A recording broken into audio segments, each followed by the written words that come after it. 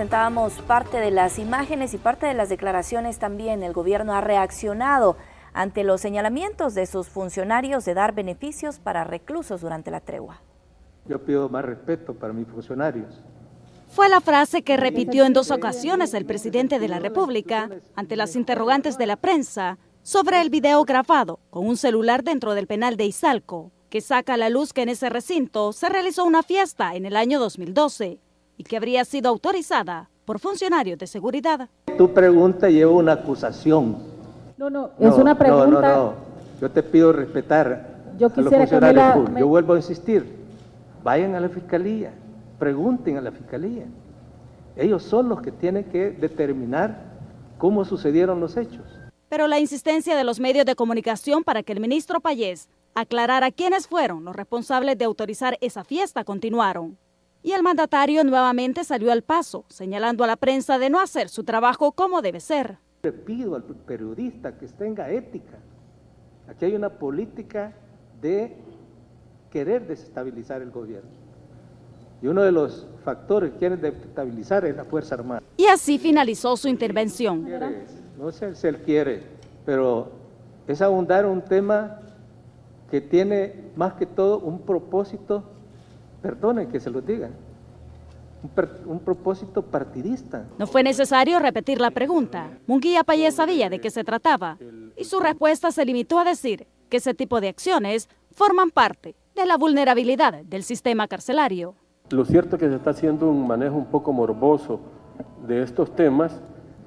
Ya dije yo anteriormente de que hay una serie de vulnerabilidades en el sistema que no han sido superadas y algunas veces se escapan del control de los funcionarios.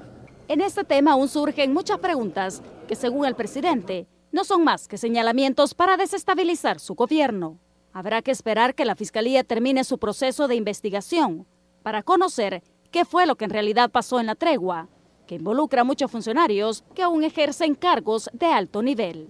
Con imágenes de Israel Cortés, informó Azucena Sandoval. Bueno, sea o no para desestabilizar, sea o no morboso, o sea o no falta de respeto, creo que la población merece una explicación y saber qué fue lo que sucedió y cómo se dieron estas circunstancias para llevar a cabo esta pornofiesta en un centro penal. Nada más, sin acusar a nadie, sin faltar el respeto a nadie, nada más. ¿Por qué no saber y por qué molestarse por la pregunta, no? De hecho, yo no escuché ninguna acusación de parte de ningún periodista, pero bueno, se respeta también la respuesta que daba el presidente de la República y pues nos queda pendiente todavía una respuesta, ¿verdad?, comprensible de lo que realmente pasó. Bueno, eso, me gustó lo que dijiste, Celia, una respuesta comprensible, sí. No otra forma de hacerlo. 2 exdirectores penitenciarios también han comparecido ante las autoridades, en concreto la Fiscalía General de la República, para hablar sobre este caso, la tregua en el año 2012. No quiero imágenes, por favor. Esa fue la reacción del exdirector del penal de Izalco, José Adrián Abarca Molina, luego de terminar de declarar ante la Fiscalía General de la República por la tregua entre pandillas y los videos sexuales que se filmaron al interior de esa penitenciaría. Una cosa es sentirse amenazada y otra cosa es estar amenazado. Ya lo dije en la Fiscalía, ya di mis declaraciones, por favor. ¿Pero por qué no se defiende ante los medios, digamos, para decirlo? Porque ya lo dije en la Fiscalía. ¿Pero qué argumentos? ¿Qué dijo? Por favor, señores, ando en bus, no me expongan. No me expongan. Contrario a Abarca, él también exdirector del penal de Ciudad Barrios en San Miguel, Félix Antonio Ruiz, sí habló ante los medios de comunicación y reconoció que al interior de ese lugar los reos sí desarrollaban fiestas, sin embargo no especificó quién o quiénes permitían estas celebraciones. No, como les digo, siempre las coordinaciones hacían con una jefatura inmediata de nosotros, no le puedo dar nombre, No, la verdad es que no, si solamente se actualizó en esa época lo que era ¿cómo se llama? La discomóvil nada más. De los ingresos tal vez de los discomóvil, tal vez sí se tuvo conocimiento. ¿Y esos mandos medios que usted dice es abajo de la dirección de centros penales? Sí, abajo era la coordinación, no le podría decir, no les puedo dar nombre, pero sí. ¿Pero qué alto mando de esta fiesta? ¿Qué institución? Desconozco. desconozco. Este exfuncionario también mencionó que algunos custodios del sistema penitenciario eran partícipes de estas actividades. La verdad que custodios tal vez eran mínimo el personal que había, no eran muchos. La Fiscalía General de la República no pierde el tiempo en este caso y todavía no se conoce cómo avanzan las investigaciones de la tregua entre grupos criminales. Con imágenes de Gonzalo Tejada, informó Inmar Batres. Y el grupo parlamentario de mujeres, incluyendo diputadas del partido Arena, del FMLN, condenaron los privilegios a los que tuvieron acceso los internos de centros penales, incluyendo la fiesta sexual que ocurrió en el penal de Izalco durante la tregua entre pandillas. Manifestar que como mujeres nos sentimos completamente indignadas ante la utilización de la mujer como un objeto, indignadas ante la utilización de la mujer como un símbolo sexual, como lo hemos estado viendo. Y lo platicábamos antes, es como la punta del iceberg de muchas cosas que pueden estar ocurriendo en torno a la violencia que se puede estar dando hacia la mujer. Bueno, también el gobierno oficializó la entrega de bonos a policías, soldados y custodios en centros penales. Es algo que estábamos también hablando al inicio de nuestro noticiero. Sí, Carlos. Me preguntaba qué se puede esperar cuando en una institución como en un centro penal se avala y se permite la explotación de la mujer. Exacto. Cuando se trata de hacer al mismo tiempo acciones del otro lado, así como lo ha manifestado la ex primera dama, Wanda Piñato, para erradicar esta situación, ¿no? La discriminación, el maltrato contra la mujer, pero del otro lado se ve este tipo de situaciones.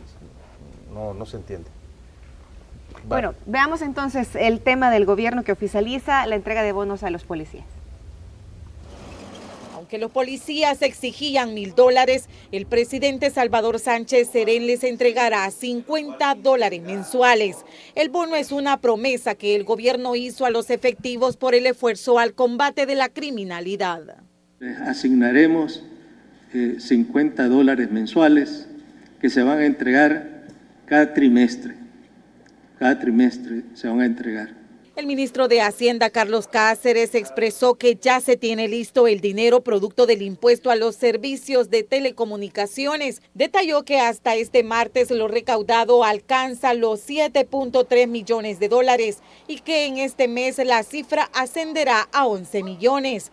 Parte del total del monto será distribuido de la siguiente manera. $3.6 millones para un bono trimestral de $150 a 24,000 elementos de la Policía Nacional Civil.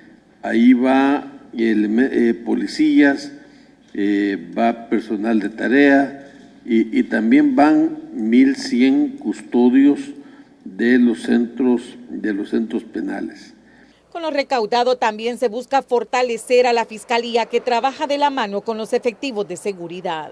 $1.2 millones, que sería la asignación del año, y que estos 100 fiscales van a venir a realizar tareas específicas. En detalle, la distribución de los primeros $11 millones recaudados, $3.6 millones para bono de 24,000 policías y 1,100 custodios, $1.9 millones para 13,000 efectivos militares, 1.2 millones para contratar 100 fiscales, $1 millón para el otorgamiento de 3,000 becas y la construcción de un megatec en Apopa y 2.3 millones para la logística policial. Distribuir este monto dependerá de un decreto que debe aprobar la Asamblea Legislativa. En Casa Presidencial, con imágenes de Ricardo Tovar, informó Claudia Cuchco.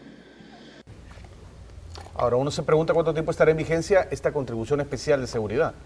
Si será algo que va a ser permanente. O sea, no nos hemos preguntado eso, ¿no? ¿Es algo que va a ser permanente o es únicamente mientras dure esta situación?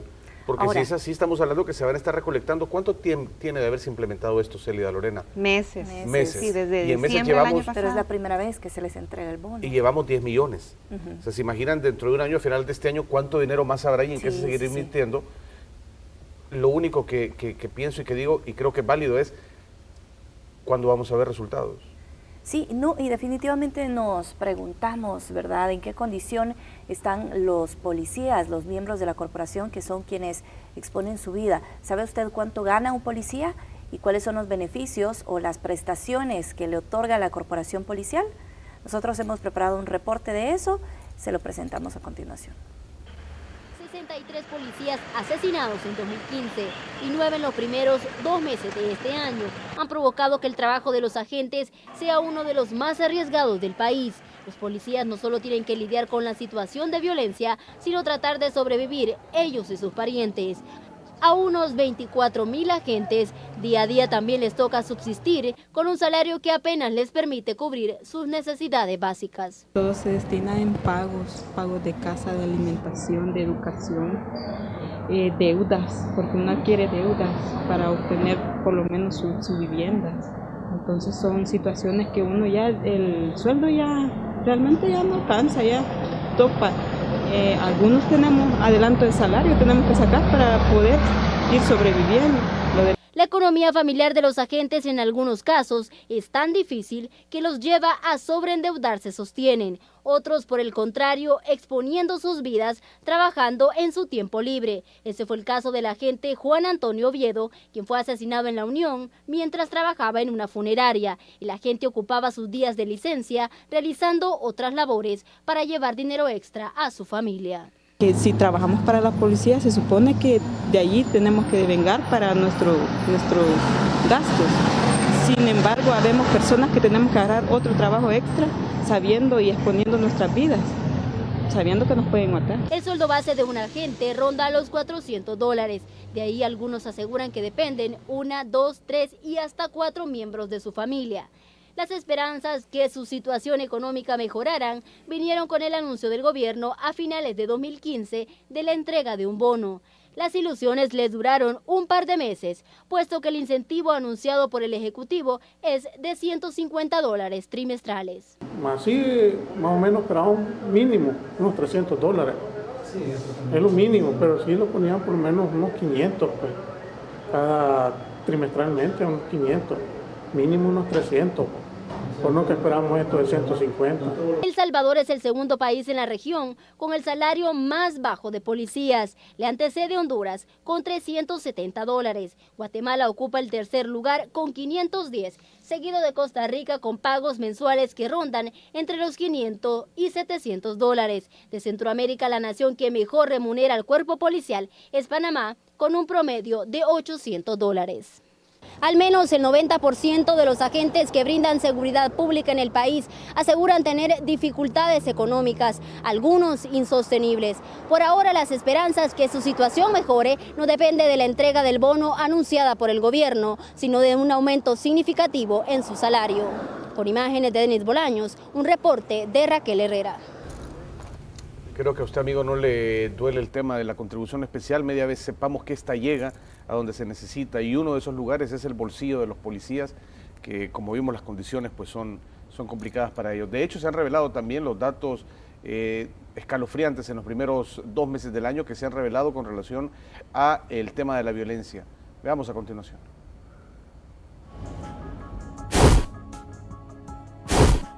Dos meses han pasado desde que inició el año y en el país ya se contabilizan más de 1.000 asesinatos. Entre enero y febrero, las autoridades registran 1.399 hechos violentos, con saldos fatales.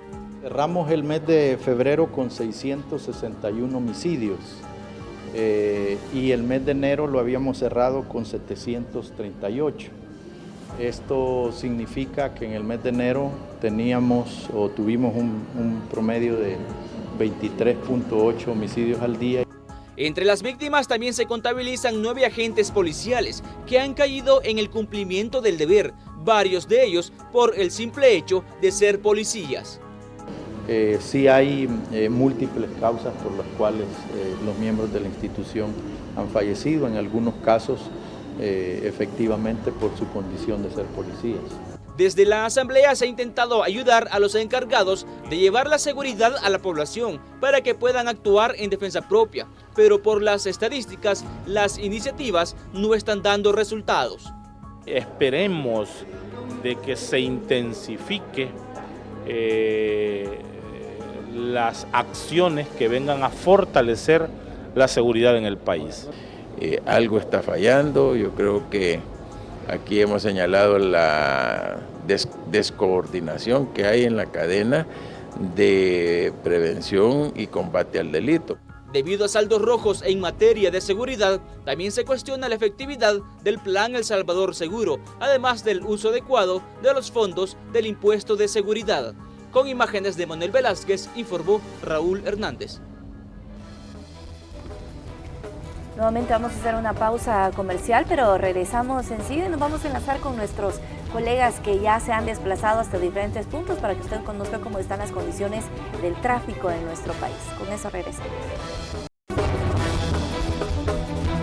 Gracias por continuar informándose en compañía de Noticiero Hechos. Un empresario de transporte de la Ruta A, un cobrador de la Ruta 140 y un mecánico de 30 años que deja a 2 niñas en la orfandad es el resultado de los hechos violentos provocados en las últimas horas por las pandillas. Precisamente esto ocurrió la noche de ayer miércoles. El sector transporte vuelve a ser blanco de las pandillas. Anoche un empresario de la Ruta A fue asesinado mientras regresaba a su casa. Víctor Manuel Antonio Araujo, de 57 años, fue esperado por varios sujetos que le dispararon con arma de fuego. Esto en la colonia El Milagro de San Marcos.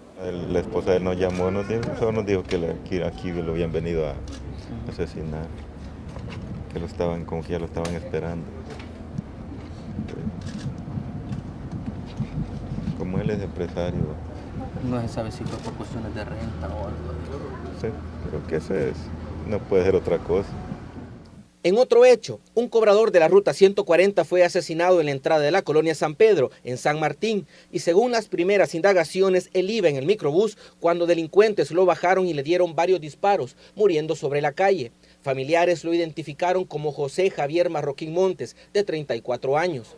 Mientras en Mexicanos, un mecánico de 30 años fue asesinado en la colonia Santa Nelly, atrás de la iglesia católica. El nombre de la víctima era Guillermo Antonio Ángel Flores, a quien pandilleros lo estaban esperando cerca de su casa. Sí, a nosotros nos admira que haya pasado eso porque él no tenía problemas con nadie. Él allá abajo trabajaba en el taller y él no tenía problemas con nadie. En este caso, Ángel Flores deja a 2 hijas en la orfandad. Ante estos casos, la PNC lamenta que no existan testigos que puedan ayudar con las investigaciones, por lo que esperan que se hagan las denuncias para dar con los responsables.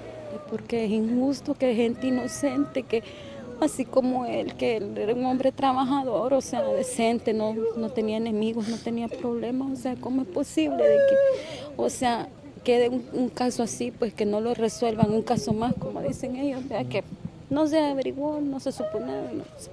Que por favor realmente se pongan la mano en la conciencia, pues, y que investiguen realmente. Con imágenes de Edgardo Portillo, este es un reporte de Víctor Mengíbar.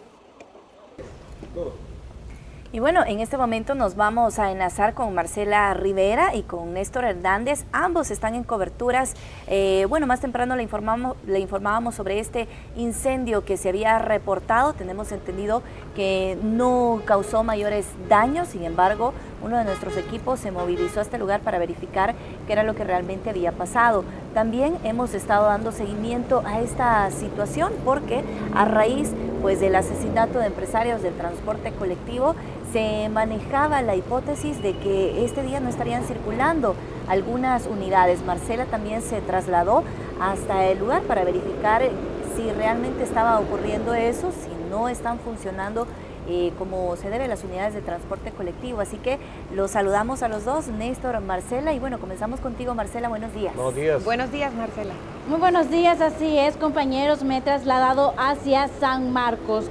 Comentarles que la ruta A, que hace su recorrido desde la 10 de octubre hacia Catedral Metropolitana, se encuentra en una reducción de labores, es decir, solamente 5 de las 41 unidades están circulando. Esto debido a los altos índices delincuenciales que sin duda ha venido a afectar al sector transporte. Y como se mencionaba en la nota anterior, el día de ayer fue asesinado el empresario de esta ruta en horas de la noche. Él fue identificado como Manuel Araujo. Pero veamos más detalles acerca de esta reducción de labores.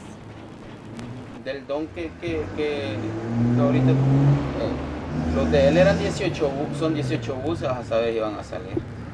¿Los 18 buses iban a salir? No, esos no, son como 17, 18 buses los que él tiene, esos no van a salir. ¿Y el que anda circulando, solo es uno el que anda circulando? No, ahorita ya pasaron otros a sacar horas, ahorita uno ha salido con horas, ese que va ahorita para abajo.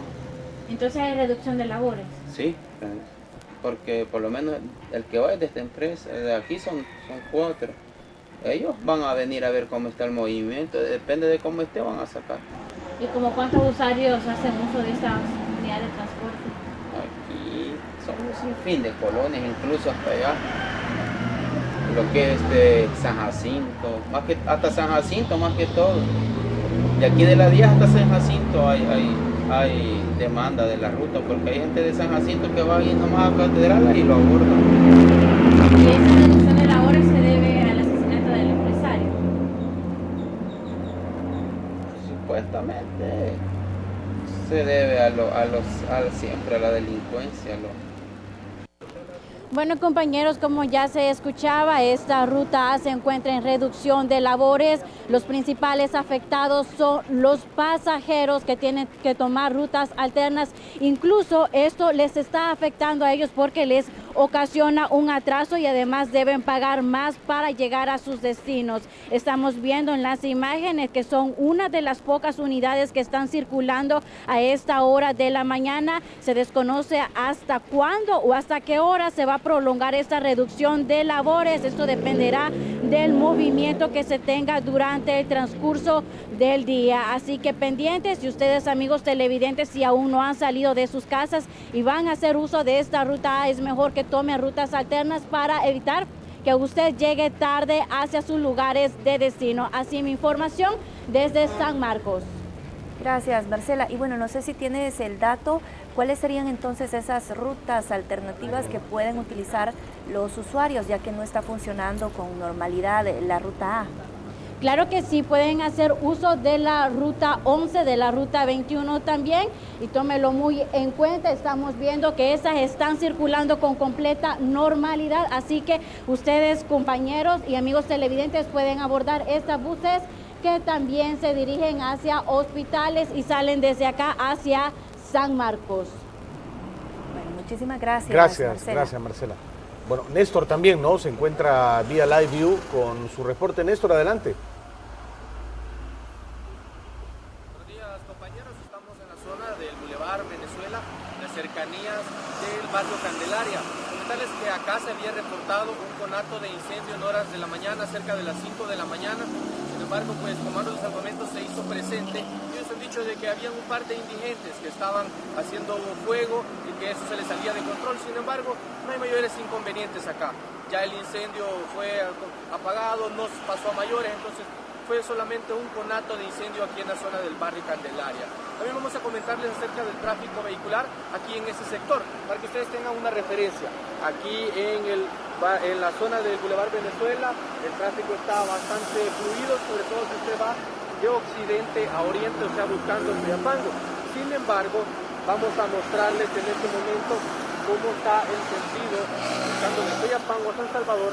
Ustedes están viendo, hay un vehículo que está quedado ahí en el lugar por defectos mecánicos, está varado, y que esto genera bastantes inconvenientes a las personas que vienen subiendo desde la zona, de la zona de Soyapango buscando San Salvador, o sea, de oriente a occidente. Este vehículo está haciendo unos inconvenientes acá, sobre todo ustedes pueden ver, son las 6 de la mañana con 17 minutos, y a esta hora pues ya comienza a verse una actividad bastante fuerte en cuanto a tráfico vehicular aquí en la zona del Boulevard Venezuela. Este es el reporte que les tengo, compañeros, el reporte del tráfico acá desde el Boulevard Venezuela en las cercanías del barrio Candelaria. Muchas gracias, Néstor, por el informe. Bueno, interesante ver también el tema del tráfico, cómo está fluido a esta hora también. Ya tendremos más imágenes de otras cámaras. Marcela, gracias a ti también por el reporte. Ahí estamos viéndote siempre con las pilas bien puestas, como tú dices. Claro que sí, compañeros. Y pendiente de tus reportes. Néstor, Marcela, muchas gracias. Feliz día. Igualmente, buenos días. Nosotros hacemos una pausa. Seguimos con más. Bueno, presentamos al ministro de Obras Públicas, Gerson Martínez. Bienvenido, gracias por estar con nosotros. Es un gusto estar con ustedes esta mañana. aquí en la entrevista de Hechos. Gracias, ministro, por acompañarnos. Romeo, muchas gracias y muy buen día. A ver, ministro, hay varios temas, pero vamos a comenzar hablando sobre la inauguración de la obra de Naciones Unidas, el redondel, o más bien el túnel de el redondel Naciones Unidas. Vamos a hablar también sobre cómo avanza lo que se está haciendo también el redondel Maferrer, pero más que nada, todo esto es parte de la conectividad que está teniendo el país, ¿no? Porque hay obras a nivel de departamentos también que se han iniciado o que se van a iniciar en los próximos días, obras importantes, vamos a hablar de eso. Más adelante también vamos a preguntarle al ministro cómo avanza y cuándo realmente comienza pues a operar la terminal del Citrams, que es otro tema importante en nuestro país, mucha gente está pendiente de eso.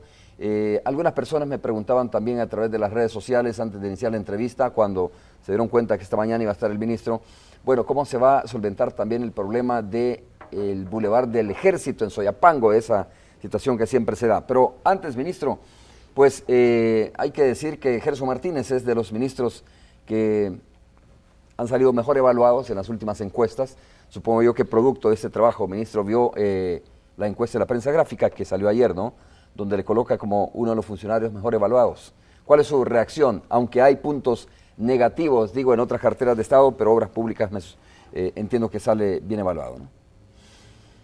Bueno, en relación a la evaluación del ministro de Obras Públicas, bueno, un agradecimiento a la generosidad de la ciudadanía, en primer lugar. En segundo lugar, yo siempre he pensado que la autocomplacencia de los servidores públicos, de los políticos, es uno de los males de este tiempo. Siempre por las mañanas le pido al Señor, y después que vi eso, líbrame de la autosuficiencia del burro, es decir, ¿cuál es la autosuficiencia es una del burro? expresión, es decir, de no envanecerse, de no... somos servidores públicos, lo que cumplimos es una tarea. Lo mínimo que podemos hacer para cumplirle a una ciudadanía como la salvadoreña es hacer bien las cosas. Así que básicamente eso, esto nos compromete mucho más a tratar de ser hoy mejores que ayer y mañana mejores que ahora. Un compromiso frente a la ciudadanía. Eso es la política, en el buen sentido. El servicio, sobre todo. Servicio, compromiso y lucha por los intereses de la ciudadanía. Lealtad a la fe pública hasta las últimas consecuencias. Eso es la política en una genuina democracia, ¿verdad? Donde se honre la soberanía de los ciudadanos, la soberanía popular. Y eso es democracia. Donde la primera institución de la democracia es la ciudadanía, los derechos de la gente. ¿Ese es el enfoque del trabajo desde el Ministerio de Obras Públicas? Definitivamente, ese debe ser el enfoque del servicio, un servicio público centrado en la gente, un servicio público centrado en la ciudadanía.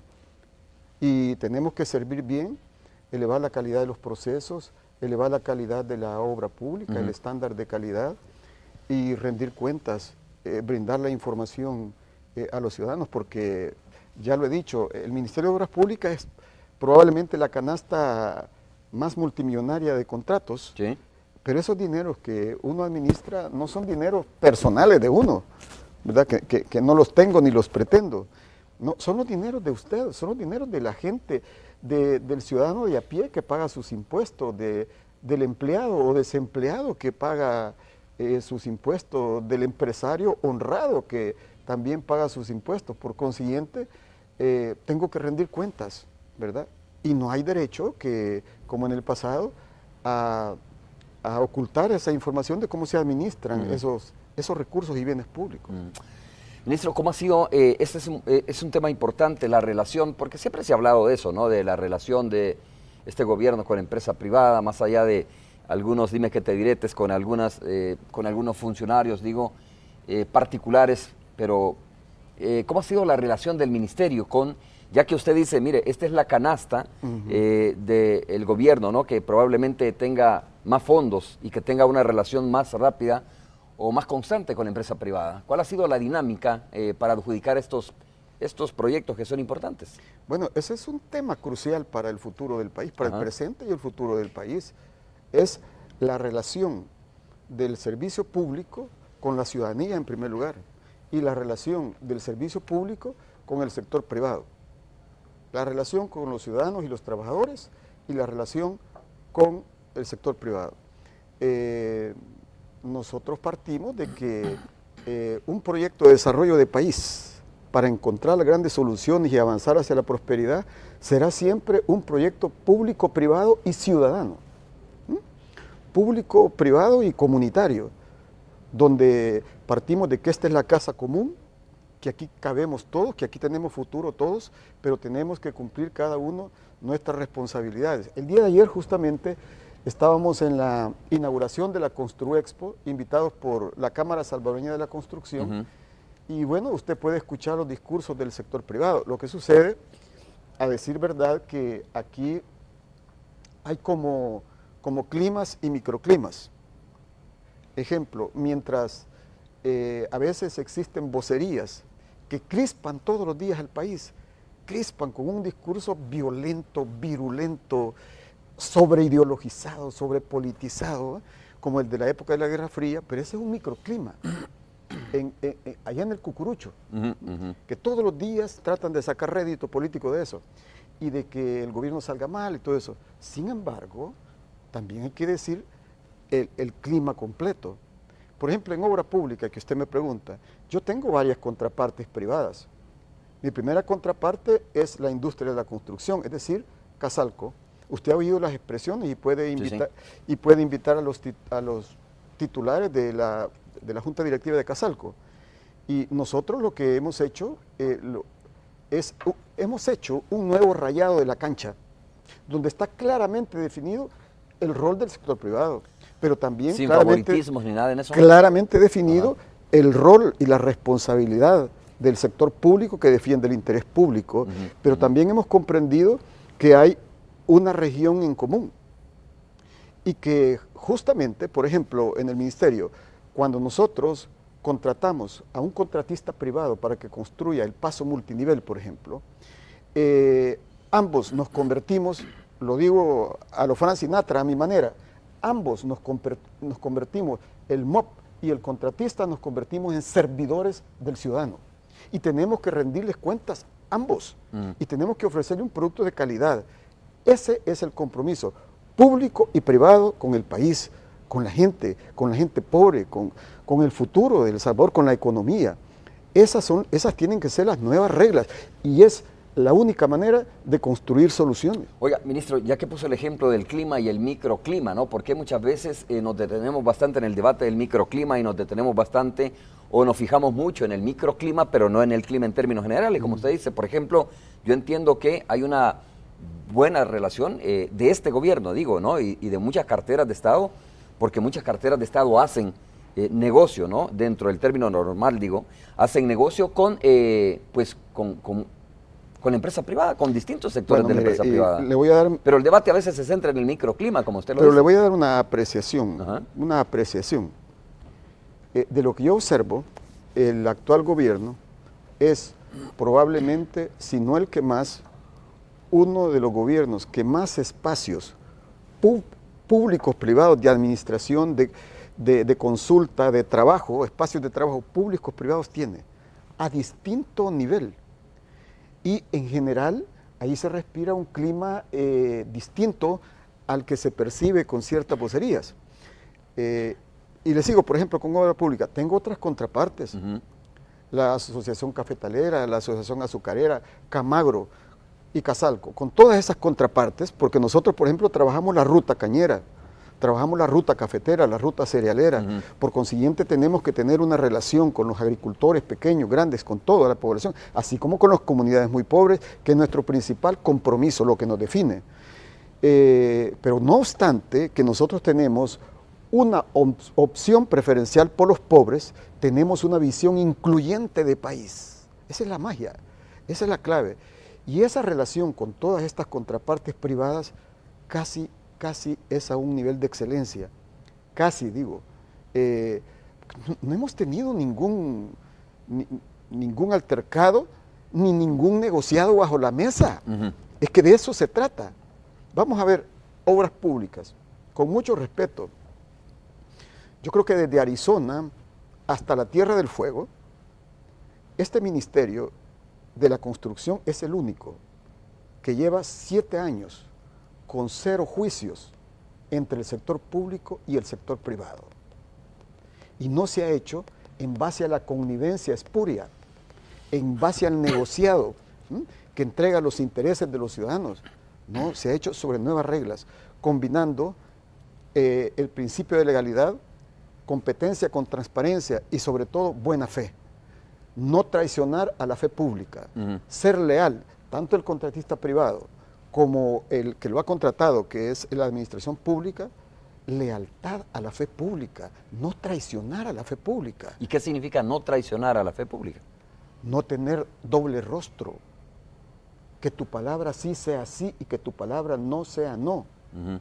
Vamos a ver, qué horrible sería que tú estés hablando aquí con Gerson Martínez y con la ciudadanía y que yo tenga un rostro ante la ciudadanía y que aparte en privado tenga otro rostro y en mi oficina que me venga a hablar de transparencia acá y de repente resulta que no aplica la transparencia, ¿no? Mira, mi trabajo seguramente está erizado de muchas insuficiencias, seguramente, siempre lo he dicho, siempre. Seguramente está plagado de muchas insuficiencias, pero te quiero decir algo.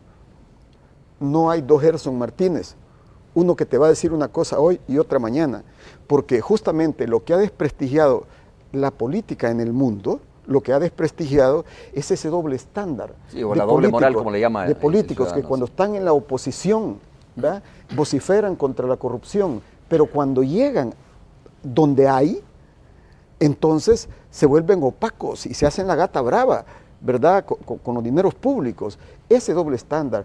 O partidos que cuando están en campaña ofertan un programa, pero después hacen otro, como pasaba antes aquí, ofertaban una cosa y hacían otra. Hicieron cosas que no lo informaban a la ciudadanía. Ciertas privatizaciones opacas y bastante espurias, esas no se le anunciaron en campaña a la ciudadanía, fueron madrugonazos. Ministro, como usted lo dice, qué importante es tener esta relación, ¿no? Tener esta relación transparente con la empresa privada, con los distintos sectores, que lo que implica es precisamente desarrollar también obras transparentes y entregar también obras transparentes. Pero ya que usted mencionó una frase que es bien importante, que es una frase muy célebre de una figura muy respetada aquí en nuestro país, como es la opción preferencial por los pobres, yo le pregunto a usted y tengo que preguntarle cómo aplica usted, cómo hace realidad usted desde el ministerio, si es que la hace, desde el Ministerio de Obras Públicas, esa frase, la opción preferencial por los pobres, porque bueno, un solo dato. ¿Cómo llegan las obras del Ministerio de Obras Públicas hasta las comunidades pobres? Un solo dato, más conocido en el mundo que en El Salvador. Sí. Cuando nosotros llegamos, El Salvador estaba calificado por el Sistema de Naciones Unidas, la Agencia Especializada en Desastres y por otras entidades como como la Universidad de Naciones Unidas en Berlín, por ejemplo, calificado como el país más vulnerable del mundo. Eso era El Salvador, eso encontramos. El Salvador, gracias al trabajo que en conjunto hemos hecho, se ha movido 8 posiciones. Ahora ya no es el país más vulnerable del mundo. De las 972 cárcavas que encontramos, que era un secreto de Estado, 972 cárcavas que amenazaban vidas, viviendas, bienes de la población, incluso industrias como en la zona de San Bartolo y vidas de trabajadoras. De esas 972 cárcavas hemos eliminado 663 y junto con el Ministerio de Medio Ambiente y Protección Civil hemos movido al país y junto con las comunidades 8 posiciones. ¿Y quiénes son los más vulnerables aquí? La gente que vive a la orilla de las quebradas. La mayor inversión en muchos años ha sido esa mega obra de protección a la vida, porque para nosotros lo más importante es la protección de la vida. ¿Eso mejora la calidad de la vida de la gente también? Por supuesto, porque vamos a ver, usted puede ir a Las Cañas, al Pepeto 3, a Llano Verde, o puede ir a La Campanera incluso. En La Campanera, el centro educativo estaba ya casi a punto de ser devorado por una cárcava, y las colonias, y todo eso, y la angustia era generalizada. Nosotros hicimos una obra ahí de 2.5 millones, gigantesca. Protegimos esas colonias, protegimos la vida a los niños, a la escuela, les construimos una casa comunal a los niños, etcétera. Trabajaron jóvenes ahí, jóvenes pobres que lo que necesitaban empleo. 50 jóvenes en riesgo de violencia, 50 jóvenes. Hombre, y esas son comunidades pobres. Quiero decirle algo más. Si algo pateamos todos los días nosotros, son esas quebradas, esas zonas humildes, ¿verdad? Este día vamos a Popa a entregar viviendas, todos los días. Entonces, nuestro esfuerzo está principalmente concentrado hacia los sectores más vulnerables, donde hay amenaza a la vida, porque estas carcas amenazaban vidas, viviendas, bienes de la población, amenazaban cosechas, amenazaban infraestructura. Solo en las cañas, ¿verdad?, que la carca había devorado 37 viviendas, tuvimos que remover a 554 familias. Todas recibieron para el alquiler, todas recibieron transporte, muchas recibieron asistencia psicológica y después regresó una parte y 250 ya no pudieron regresar por seguridad. Hicimos la obra de protección y le dimos vivienda a cada uno de esos sectores necesitados. Esa es el trabajo, la opción preferencial por los pobres, pero dentro de una visión incluyente de país. Pero nuestro sello es un sello eminentemente social. Pareciera que cuando estamos hablando de obras públicas difícilmente podemos hablar de la seguridad de este país, ¿no? Pero si revisamos el término seguridad en un espectro más amplio o integral, sabemos que cada una de las carteras de Estado tienen una función importante que hacer.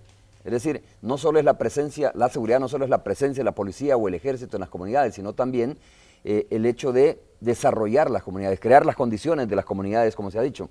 Quiero preguntarle cómo entra este tipo de obras, ¿no? Como usted dice, bueno, si desarrollamos una obra en una comunidad, por ejemplo, ahí sabemos que estamos empleando a jóvenes en riesgo. Sí. ¿Se conecta ahí el Ministerio de Obras Públicas o cómo se conecta el Ministerio de Obras Públicas con el Plan El Salvador Seguro? Esa es una cosa poco conocida.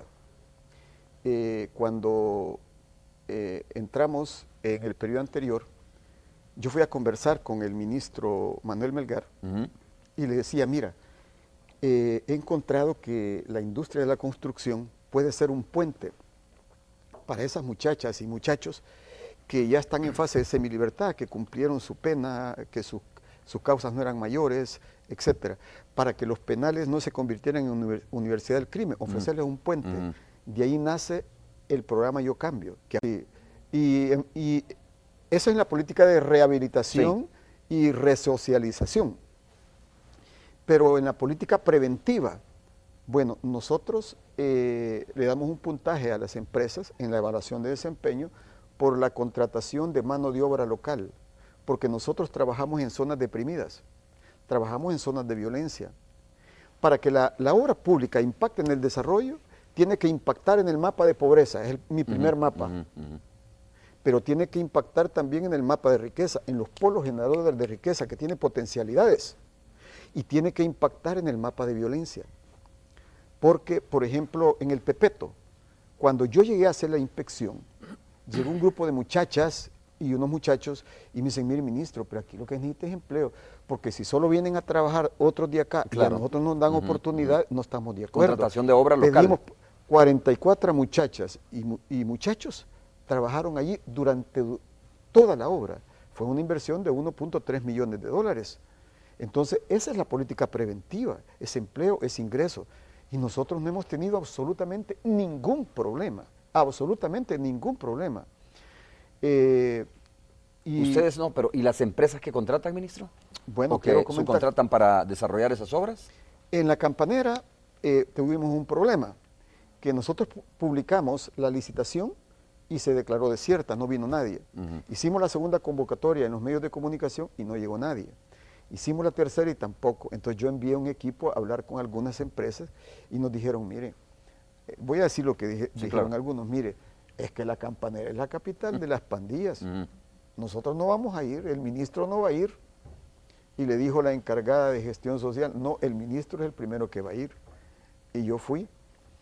Pero mi reunión fue con la directiva comunal, legalmente constituida, y llevaron jóvenes. Llegó un muchacho, por ejemplo, que leyó la Biblia y después nos dijo, miren, aquí el 95% de los jóvenes o han sacado bachillerato o no terminaron, pero no tienen empleo.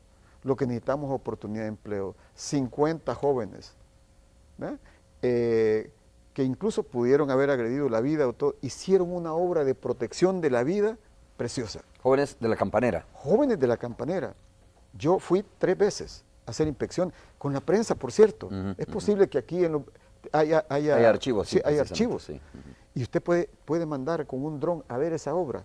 Hoy, por ejemplo, en el cañón, en la parte de abajo, porque es una cosa bien grande, los muchachos están pidiendo que se haga agricultura urbana, porque es un paso de humedad. Sí.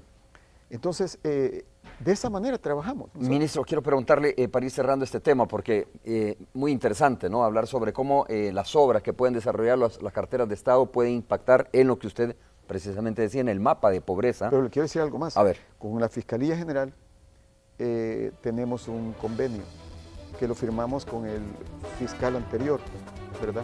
Por ejemplo, cuando hay desenterramiento, problemas y la Fiscalía necesita apoyo, el MOP ya tiene un convenio y si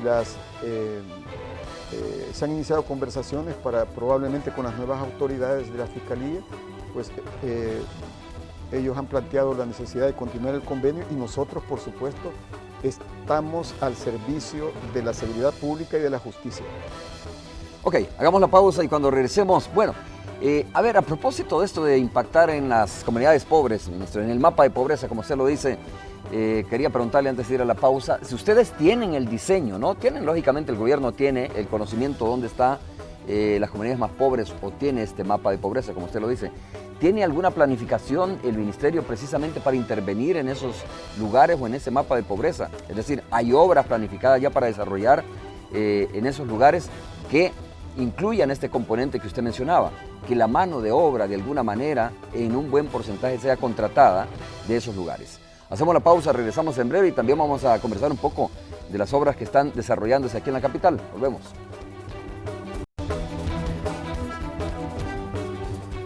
Gerson Martínez está con nosotros, ministro de Obras Públicas. Solo para cerrar este tema, ministro, ¿cuál es este mapa?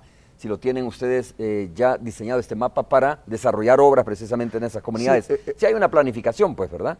Efectivamente, un día de estos conversaba con uno de los que fue miembro del Plan Nacional de Desarrollo que se hizo hace varios años, cuando se construyó el mapa de pobreza. O sea, se levantó el mapa de pobreza extrema severa, los diferentes grados de pobreza. Entonces, ese es el primer mapa. La industria de la construcción, la infraestructura, la obra pública, debe impactar en ese mapa. Pero también debe impactar en el mapa de los polos generadores de riqueza, porque esa es la manera. Pero también hay que impactar en el mapa de violencia, tenemos también ese mapa. Claro. Y el cuarto mapa es, por supuesto, el mapa de suelos, de cuencas, de microcuencas. Y el quinto mapa en el que tenemos que impactar es en el mapa integracionista. ¿Por qué? Porque las vías es la circulación.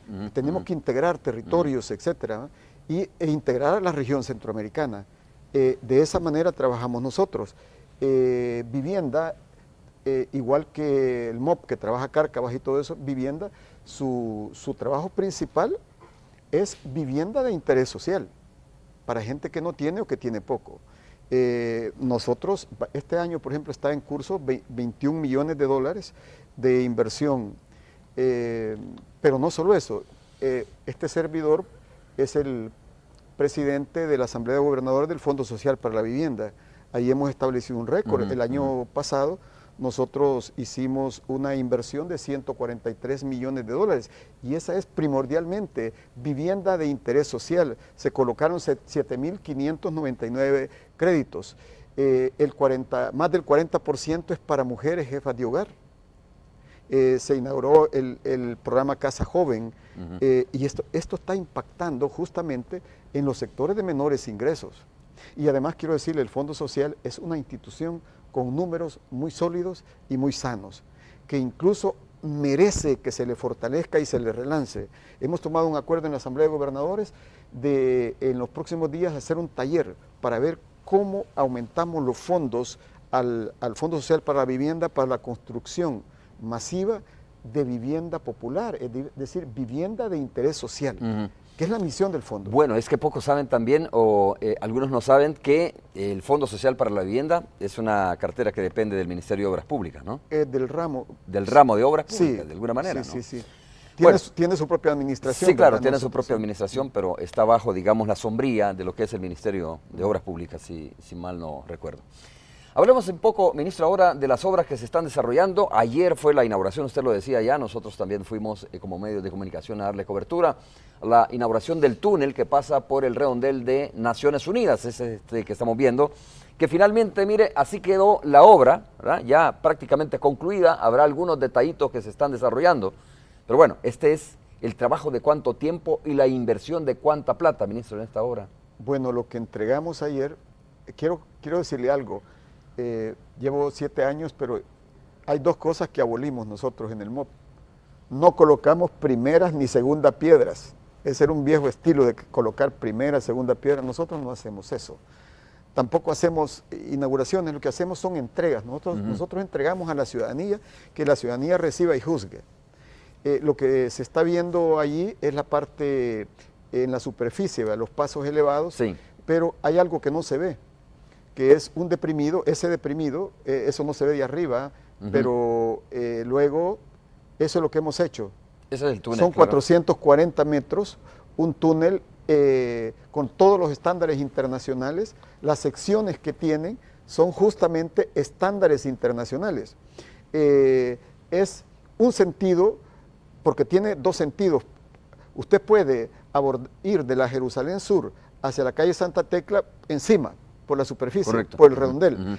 Pero este es otra alternativa. Allí usted puede ver que el auto tiene 220 máximo, 220, pero la sección de esto es 550 metros, o sea que es más de la mitad, justamente porque lo que se contrató es el diseño de un carril para accesar hacia la autopista General Cañas y que haya otro espacio mayor a un carril donde pueda accesar una grúa. Sí, por cualquier emergencia en ese lugar. Sí, esos son los nuevos estándares de la obra pública.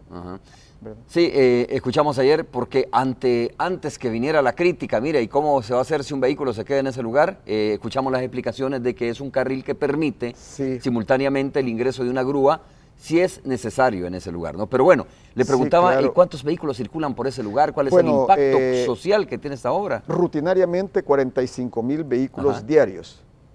Pero en tiempos de Navidad circulan más de 50,000 o 60,000 vehículos ahí en esa zona. Es una vista distinta, mire, de noche, ¿no?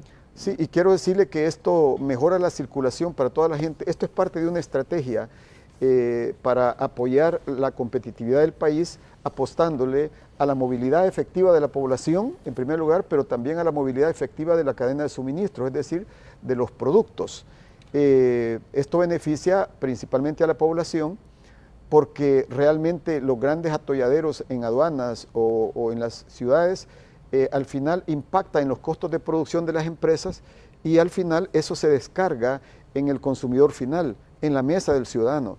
Entonces, de esta manera también esto tiene una función social, pero además es una forma también de relanzar los distritos comerciales. Por ejemplo, en Soyapango también vamos a otra etapa en aquella zona a relanzar los distritos comerciales. Ok. Entonces, ¿esto ya es detalles más bien? Bueno, no está concluido. Detalles, no, si usted observa ahí, todavía estamos trabajando en 2 o 3 frentes, por decirlo de alguna manera. Un frente es la parte norte, que es donde está la escuela militar. Sí. Allí, si usted nota, demolimos todo el muro perimetral de la escuela militar y construimos hacia el fondo. La ciudadanía ganó como 16 metros gracias a la generosidad de la escuela militar, pero nosotros les construimos un muro perimetral con las especificaciones que las autoridades militares nos dieron. Y allí, en ese espacio nuevo, estamos terminando una calzada nueva, que es para conectar la Jerusalén con la avenida Chiltiupán, hacia el poniente, y además construirle a usted, a los muchachos, a los trabajadores que usan bicicleta, construirles una ciclorruta ahí y una acera peatonal, porque allí no había paso peatonal. Un ciudadano no podía pasar. Entonces, pues eso. Y en la parte al norte de Multiplaza, al otro lado de Multiplaza, también van a continuar las obras. Estamos en un entendimiento público-privado, ahí van a continuar las obras y van a haber nuevos beneficios para el interés público y la ciudadanía. Ok. Y ahora nos centramos en la parte del redondel Masferrer. Ministro, esto es bien importante, se da, digamos, un nuevo sistema de carretera, si usted quiere, en ese lugar, se mejora la circulación vehicular, luego vamos al redondel Masferrer y yo sé que usted lo tiene en su radar, ¿no? Se va trasladando un poco este tema del tapón, como se le dice, ¿no? Correcto. Hasta sacarlo de la capital más bien. Sí, es que de lo que se trata es de superar la vieja costumbre de la proyectitis, de hacer un proyecto bonito por aquí, otro proyecto por allá. No, la ciudadanía tiene que preguntarse, mire, ¿y este proyecto tiene una lógica estratégica o no? ¿O es un invento? Esto tiene una lógica estratégica, es parte de la política de movilidad y logística del país. Lo que estamos iniciando es dotar al Gran San Salvador de un eje norte-sur y sur-norte, sin entretenimiento, sin altos y sin semáforos. Pero tenemos que hacer 3 trabajos de acupuntura. Primero, el paso multinivel. Luego, seguir por la Jerusalén y eliminar la cola de 2 kilómetros que casi siempre existía en el redondel Masferrer, haciendo un túnel, que es lo que se está haciendo. Quedaría pendiente el tercer punto de acupuntura, que es la Plaza Uruguay, o Artiga, que la gente la conoce como el Luceiro. Sí. Ese es más pequeño el desafío. No tenemos los recursos, pero ya sería solo eso. Y usted podría conectar desde la General Cañas, la calle Santa Tecla, hasta el periférico norte, prácticamente cruzar toda la ciudad en cuestión de minutos. Prácticamente toda la zona norte, conectado con la zona norte. Esa es la nueva lógica. Antes se pensaba que solo los periféricos era la solución. Hoy en el mundo, en Europa y en cualquier país del mundo, en las grandes urbes, se está trabajando justamente estos ejes longitudinales sin altos y sin semáforos. Por supuesto, hacer esto no es una cuestión de un día. Lo importante es que lo estamos haciendo y lo estamos iniciando. Ese es el rumbo de estos trabajos. Y hay otra, hay otra planificación en el Rancho Navarra, ¿tengo entendido? Bueno, sí, porque necesitamos generar una ruta de penetración. Necesitamos elevarle competitividad al aeropuerto internacional. Al mismo tiempo que estamos haciendo una cuantiosa inversión en la modernización y viene después la ampliación, al mismo tiempo hay que convertir esa autopista en la autopista más moderna de Centroamérica. La de Comalapa. Sí, pero para eso hay que iluminarla, hay que dotarla de un sistema muy sofisticado de cámaras de seguridad y un sistema de reacción rápida. La autopista más segura, pero necesitamos convertirla en términos de movilidad en una ruta de penetración, que usted pueda ir desde Metrocentro en cuestión de minutos hasta el aeropuerto. Pero ¿qué es lo que pasa? Es cierto, no hay semáforos, pero cuando usted va a salir, ya tiene la primera cola ahí frente al Navarra. Y hay una cola de 3 kilómetros desde la cima, desde la despensa de Don Juan y el Selectos, valga el comercial, desde arriba, esa cola permanente y en la Vista Hermosa. Y allí se tienen que hacer intercepción. Eso es peligroso. Y entonces vamos a eliminar eso. Y vamos a trabajar un paso superior, que va a ser una dona, que es el pórtico de entrada a la ciudad, que tiene que ser funcional. Y yo le he solicitado a los diseñadores que con el mismo presupuesto, además de ser funcional, que no sea una cosa solo gris funcional, sino que tenga un mínimo de belleza. Y eso por ser arquitectónico, la es la entrada, ¿no? a la ciudad. Mire, nosotros podemos ser países pobres, pero tenemos dignidad. Y yo siempre he dicho una cosa, sin corrupción se puede, porque si al empresario se le vuelve a extorsionar cobrándole el diezmo, el 10%, o la quinceañera, como le llamaban, al 15%, o el 20%, ¿cómo le va a exigir usted calidad a un empresario? Las obras quedaban aventadas. Entonces, ahora sí, usted ve que incluso los empresarios están compitiendo. Por ejemplo, yo lo he dicho muy claro, ese paso multinivel que lo está haciendo el Fovial con un contratista privado es la nueva vara en cuanto a calidad con que tiene que medirse la obra pública. Es decir, es un desafío también a los demás empresarios de la construcción y al Fovial y al MOP. Claro, ministro, tiene razón cuando dice, mire, lo que se va a construir en el Rancho Navarra tiene que ser un poco más atractivo, ¿no? Tiene que ser más atractivo porque es como la ventana de entrada viniendo del aeropuerto internacional. Pero también decía, hay que modernizar la autopista al aeropuerto internacional. Sí. Bueno, supongo que para eso todavía no hay plata, pero ya hay de alguna manera una planificación. No hay, pero la primera etapa ya se iluminación, decía, por ejemplo. Vamos a ver, usted pasa por la noche y esa autopista parece iluminada, pero no está iluminada. Simplemente porque tiene un sistema de señalización reflectiva. Hoy por hoy, en cuanto a sistemas de señalización reflectiva, es la autopista que tiene mejor señalización aquí en la región. Digo que sí, porque he pasado por ahí, lo he notado. Sí, parece iluminado, pero no está iluminado. Solo es señalización.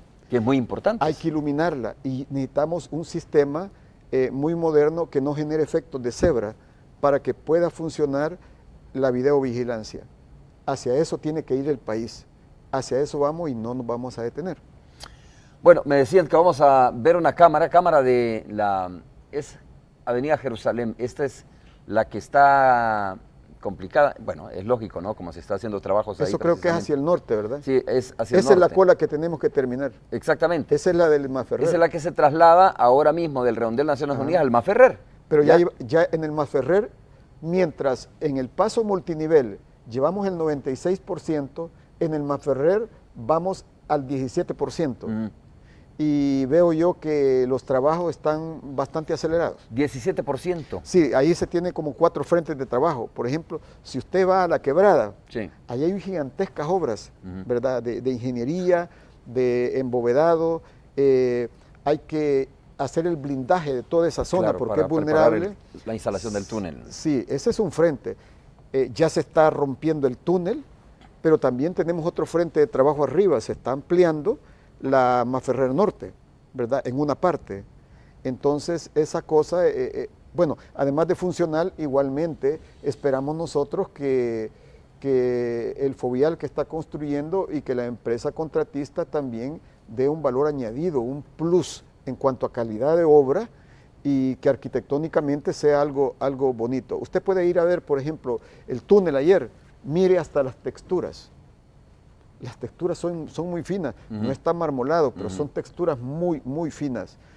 Todo eso es importante. Con iluminación artificial, bueno, ¿no? Iluminación, tiene casi medio centenar de luminarias. Bueno, este túnel, quiero decirle, tiene iluminación natural. Se han hecho como 6 ventilas para oxigenarlo y para iluminarlo, ¿verdad? De día no necesita, sin embargo tiene iluminación artificial, pero tiene iluminación natural. Son 50 luminarias LED, o sea, de bajo consumo para ahorrarle a la ciudadanía. Pero además quiero decir algo muy bonito. Nosotros hacemos eso y llegó el Consejo Municipal y su alcaldesa, que eso queda en Antiguo Cuscatlán, y ella allí mismo declaró que inmediatamente la alcaldía de Antiguo Cuscatlán va a asumir esa iluminación. Nosotros entregamos eso en cada municipio. Sí, claro. Y por eso, mire, aquí esa perversidad de la división y el enfrentamiento irracional entre partidos, está bien que cada uno tenga un credo, sus principios, eso está bien. Usted no necesita abdicar de sus principios, pero aquí es cierto, cada uno tiene un partido, pero tenemos una sola patria y le servimos a un solo pueblo. Ya hay que terminar de una vez con esa confrontación. Y yo quiero saludar que inclusive he escuchado en el sector privado también un espíritu como esto. El país necesita salir adelante. Entonces, yo quiero agradecer la presencia de las autoridades de Antiguo Cuscatlán. Vamos a entregar todas esas luminarias. En la parte alta también hay luminarias, inclusive hay una especie de, le llaman los técnicos rosa, unas luminarias gigantescas. Eso es un valor añadido, un plus, que quiero decirles algo, no estaba en el contrato. Eso es parte, y perdonen que me voy a tomar el abuso, eso es prácticamente una donación de la empresa contratista, que yo quiero agradecer. O sea, se está dando un valor añadido. Sí, claro. ¿Y por qué?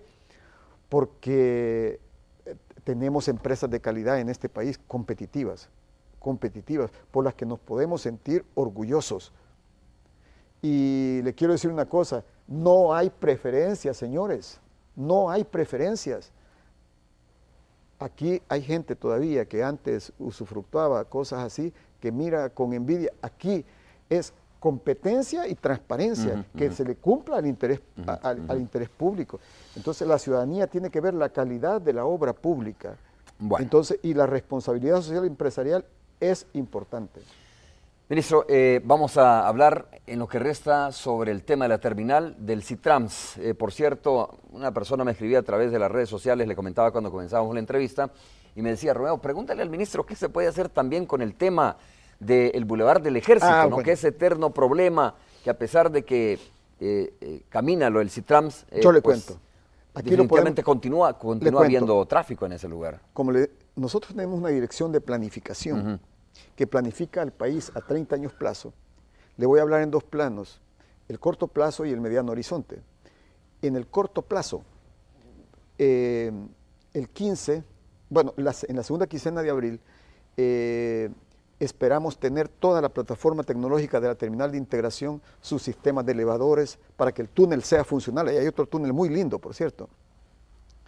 Y que tengamos toda la plataforma tecnológica, todo el sistema de cámaras, de salas de control y todo eso. Por cierto, quiero decirles, el Citrams probablemente sea, si no el único, uno de los pocos sistemas de transporte con 0 homicidios, 0 actos de violencia, 0 actos de delincuencia, 0 violencia de género.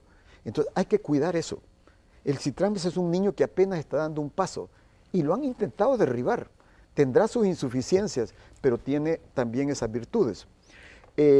Inmediatamente de eso, vamos a firmar un convenio público-privado en la zona para el relanzamiento del distrito comercial. Ahí va a haber una inversión privada muy grande y nosotros vamos a concurrir. Va a haber una estación especial de Citrams. Todo esto es parte de la segunda etapa. Pero bueno, veamos el mediano, siempre en el corto plazo. En el segundo semestre de este año vamos a contratar ya la ampliación de la Roosevelt a 4 carriles. Es decir, es como que hagamos un bulevar del Ejército paralelo, de Cárcel de Mujeres, de Santa Lucía, de Cárcel de Mujeres, hasta la Juan Bertis. Esto va a contribuir a... otra medida es que, bueno, nosotros esperamos... A ver, espérame, ¿una ampliación del bulevar del Ejército? No, la avenida Roosevelt. De la Roosevelt. Es la calle que va de Aguacaliente hasta la Juan Bertis, hasta Ciudad Delgado. Ok, sí. Hasta por la 5 de noviembre. Entonces... La ruta de Aguacaliente que le conocemos. Exacto. ¿No? Esa la vamos a hacer a 4 carriles. Eso es paralelo al Boulevard del Ejército. ¿Qué otra cosa para esa zona? Tenemos, bueno, hay una cosa fundamental. Aquí no solo la infraestructura, es toda la ingeniería del desarrollo urbanístico. Mire, las grandes urbes, las metrópolis, las ciudades modernas no tienen las terminales del interior en el centro de la ciudad. La terminal de Oriente estuvo hace 40 o 60 años en la periferia. Hoy está en el centro. Entonces ya tenemos una decisión y quiero comunicarlo claro. Hay una decisión. La terminal de Oriente sale hacia la periferia oriental. Y hay que construir una nueva terminal. Ya se tiene el pero terreno. ese va a ser un gran emprendimiento público-privado. Nosotros no vamos a gastar dinero de los ciudadanos, nosotros vamos a contribuir con los empresarios y ya hay alternativas, ¿verdad? Así que se va a mover a corto plazo la terminal. Ahí van a ser miles y miles de unidades que ya no van a pasar por el Boulevard del Ejército. Pero le pongo otra cosa. Usted pasa por la tiendona todo el día, y ahí hay miles de camiones, de picachos, jalando de gente que va a comprar. Todo el país se abastece allí, hasta los supermercados se abastecen de allí. Pero las centrales de abasto hoy en día no están en el centro de la ciudad. Entonces ahí es un desafío que todavía está trabajando el Ministerio de Economía. Eso ya es el mediano horizonte. Hay que mover la tiendona y crear la central de abasto en la periferia. Esos son los alivios que necesita el país. Esa es la planeación urbanística. Esta es la ciudad del futuro que tenemos que ir construyendo gradualmente. Y si lo hacemos en unidad, mejor. Ok, ministro, por las preguntas que he leído, ¿no?, que me enviaron nuestros amigos televidentes, si nos puede brindar más detalles sobre la ampliación de esta arteria Aguacaliente. ¿Por qué? ¿Cuándo va a comenzar? ¿Cuál es más o menos la inversión que se pretende hacer? Es decir, un poquito más de detalles porque la gente, de verdad, tiene toda la razón cuando habla del Boulevard del Ejército. Dice, bueno, todos los días hay un Citrams que está funcionando, pero todos los días hay tráfico siempre. Ciertamente. ¿No? De ida y vuelta. Ciertamente, porque aquí hay derechos compartidos que hay que armonizar. El derecho de los 430,000 ciudadanos que no tienen vehículo, que son de a pie y que vienen a trabajar a la ciudad. Entonces, el CITRAMS es para ese universo de ciudadanos.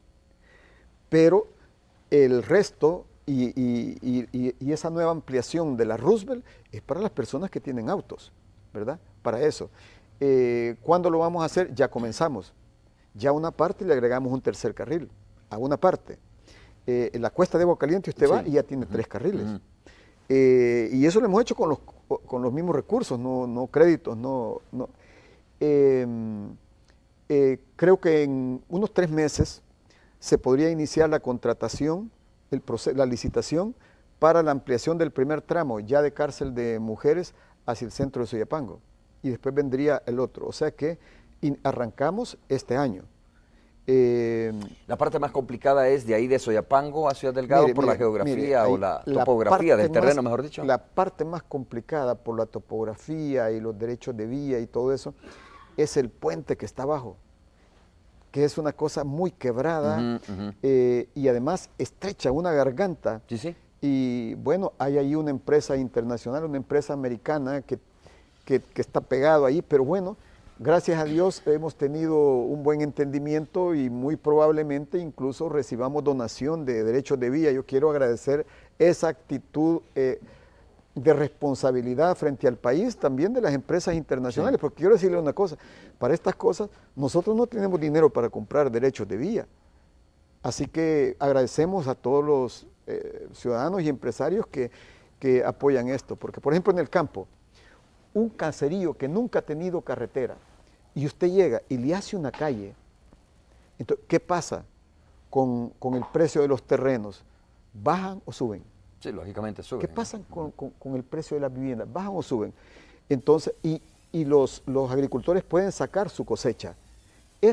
Hacerle camino a un caserío deprimido que nunca tuvo, es una manera también de transferirle riqueza, de transferirle oportunidades y de reivindicar derechos, porque eso es lo que necesitamos ir construyendo, una sociedad fundada en libertades, pero también fundada en derechos. Entonces, viene esa buena noticia por ahí. Sí, viene. Y bueno, ministro, la plataforma tecnológica de la terminal significa ¿qué? Instalación de cámaras, que eso es lo que está, digamos, pendiente ahí en la terminal del CITRAMS. ¿Eso significaría poner en marcha cuántas unidades más? Sí. ¿Qué desencadena, digamos, la inauguración de la terminal? Si quiere hacemos la pausa y... ¿Cómo no? Porque estoy oyendo ya la música de fondo.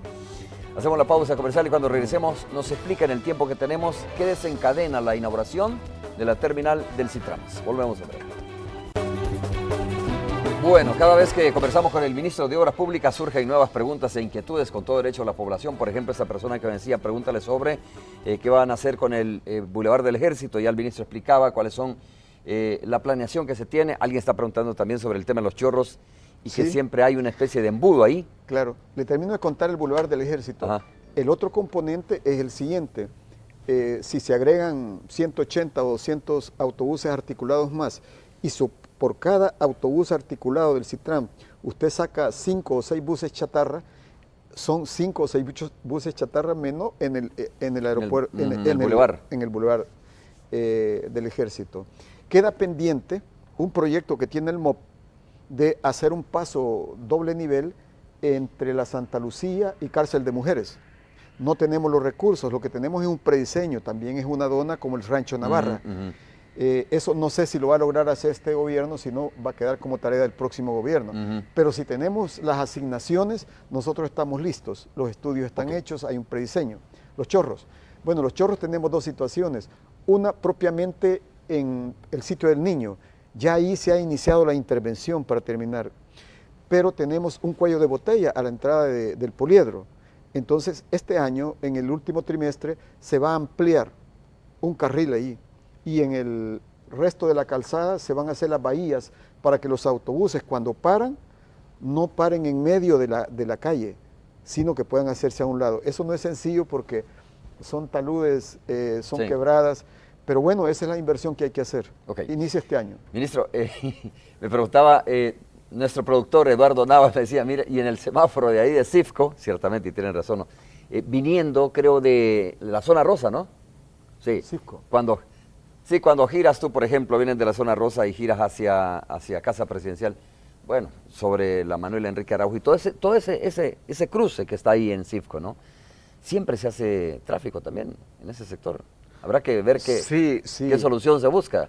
Sí, en realidad la Manuel Enrique Araujo a futuro va a ser un poco problemática, pero bueno, mire, lo que sucede es la siguiente, ya no se pueden seguir expandiendo horizontalmente las calles, porque allí, por ejemplo, usted le robaría espacio a la industria, al comercio, a la gente y todo, y además vale oro, ¿y con qué se va a comprar eso?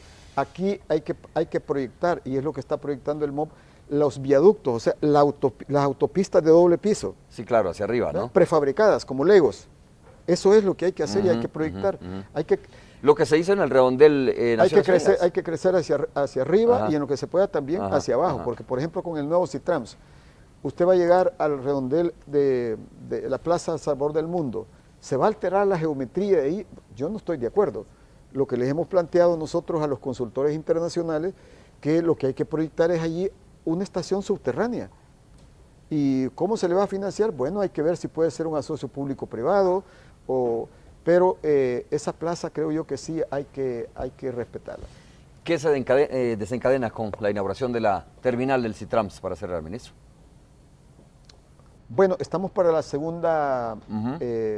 semana de abril, dije, ¿no? El segundo quincena de abril. Bueno, segunda quincena de abril. Tenemos que ir a ver la prueba del sistema de elevadores, porque hay 4 elevadores ver cómo funcionan las cámaras de videovigilancia, las estaciones de control y los sistemas de reacción rápida, ¿verdad? Esto con la seguridad pública. Ya las pruebas, inclusive nos acompañó el vicepresidente Óscar Ortiz, ya se hicieron pruebas con los buses articulados, los giros y todo eso. Así que vamos a ir a hacer una nueva inspección, pero para constatar el avance de la plataforma tecnológica. No es que se va a comenzar ni que esté pendiente, no, vamos a ir a ver los avances, porque eso se está instalando desde hace ya un rato. Es decir, pero esto significa más buses articulados, un mejor sistema de vigilancia, desencadena, digamos, un Citrams más seguro. Y quiero decirle, y todo esto es con los mismos recursos, ni un centavo más, ni un centavo más. Nosotros trabajamos con los presupuestos que se nos asignan, no como antes que se contrataba con un monto y después terminaba, no alcanzaba el crédito. Trabajamos con los mismos recursos. Ministro, muchas gracias por haber estado con nosotros. Bueno, Romeo, y a la ciudadanía, muchas gracias por su atención y por la paciencia que nos ha tenido. Gracias, vamos hasta la sala principal. Nosotros nos vemos el día de mañana. Es todo. Buenos días. Muchas gracias a Romeo y a su invitado por la entrevista de esta mañana. Temas de mucho interés. Hemos estado todos muy pendientes de lo que ocurre particularmente ahí en el redondel de Naciones Unidas. Ya lo decíamos el día de ayer, pues una buena noticia. Se ha habilitado un nuevo tramo, ese túnel, que bueno, esperemos que venga a descongestionar toda esa zona que normalmente se ve con bastante carga vehicular todos los días, sobre todo en las horas pico. Pero bueno, nosotros vamos a retomar otros temas de interés nacional y vamos a iniciar comentándole que familiares y amigos piden justicia por el asesinato de una niña de solo 12 años, quien buscaba el alimento para su familia cuando fue atacada. Wendy Nayeli Gómez Peña, de 12 años, se suma a las víctimas de la intolerancia en El Salvador. Este miércoles, ella y una de sus hermanas cortaban pitos en un árbol cercano de su casa. Resulta ser que su vecino se molestó porque argumenta que el árbol le pertenece. En un arranque de cólera, el hombre pidió a las niñas que se marcharan. Al no lograr su objetivo, tomó un cuchillo y apuñaló a Nayeli. Cuando pegó el grito ella, que cuando le pegaron la puñalada, pegó el grito ella. Pero como que estaba la doctora y la promotora, me llevaron para adentro. ¿Y qué pasa? Pues le dije yo, ¿y ese grito? No, me dijo, el señor está pegándole a la esposa, me dijo. Y no me decían que era, ya me fueron encerrada adentro. Ya no vi. Y allí ya lo trajeron por ahí la otra niña. La llevaron y no alcanzó a llegar, pues llegando con Jutepec y esperando.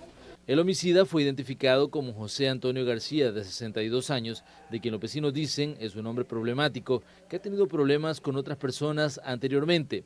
Según se relata, el sujeto se abalanzó sobre las menores e hirió de muerte a la pequeña Nayeli, quien perdió mucha sangre. Además, antes ellos le habían venido a pedir posada a mi abuelita. Entonces vino mi abuelita, le regaló, le dio allí para que estuviera unos días. Y después que iban a ocupar ahí el pedazo, le dijo a ella que se salieran y ya de ahí comenzó el problema, ya no se quisieron salir. La intolerancia es otra cara de la violencia que golpea a El Salvador. Los pleitos entre vecinos son comunes y muchos no son solo agresiones verbales, sino que se pasa, como en este caso, a la violencia física que muchas veces termina en muerte. Este es un reporte de Manuel Burgos. Y siempre en este tema también se sabe que El Salvador es uno de los países de América Latina con los índices más altos de agresiones contra menores de 18 años. Y justamente esta situación tiene preocupadas a instituciones gubernamentales que trabajan en beneficio de la niñez. Por ello, nuestro compañero Julio Guevara nos presenta la segunda parte de este informe, que es un escalofriante caso que nos estaba presentando de una niña de 6 años que fue abusada sexualmente y que también fue contagiada de VIH. Ese es un tema que preocupa mucho, realmente preocupante y alarmante. Pusieron el grito en el cielo. El caso de la niña abusada sexualmente y contagiada de VIH en San Francisco Gotera fue condenado por instituciones que trabajan a favor de los derechos de la niñez y adolescencia.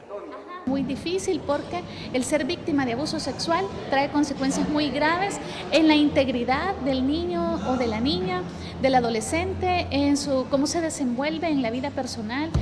Delitos sexuales, un tema que al profundizarlo eriza la piel. Los casos son alarmantes. En el país se calcula una víctima menor de 18 años cada 4 horas. Es la cruda realidad. Entre 2006 y 2014, el Instituto de Medicina Legal realizó 10.546 peritajes por violación. Es decir, que en El Salvador se registran al menos 1.500 agresiones sexuales por año en niñas o niños. Algo está pasando. Realmente no contamos con programas sistematizados que nos orienten a las familias a trabajar la parte de orientación, de prevención sobre todo. Lamentablemente en muchos hogares hablar de sexualidad todavía es un tabú. Los padres no concientizan a sus hijos. La confianza a personas extrañas es más grande, sin pensar que pueden estar frente a sus enemigos, a enfermos que podrían arruinarles la vida. Las personas que realizan este tipo de abusos son personas cercanas a las niñas y a los niños. Estudios indican que el 80% de agresiones sexuales ocurren en víctimas cuyas edades rondan los 10 y 18 años. Otro dato nada alentador. Cada año, aproximadamente 100 niñas son infectadas con VIH. Datos recabados de casos denunciados, pero hay miles que son callados. Es un delito y algo que no se debe ver natural. Muchas veces, incluso los padres creen que es natural abusar sexualmente de sus hijas. Y la comunidad, y los vecinos y las personas alrededor lo ven, lo conocen, pero tampoco lo denuncian. Pequeño geográficamente, pero El Salvador es uno de los países en América Latina con más casos de agresión sexual, donde la mayoría de víctimas son menores de 18 años. Inocencias arrebatadas por mentes perversas. Con imágenes de Alfredo López, Julio Guevara, Noticiero Hechos.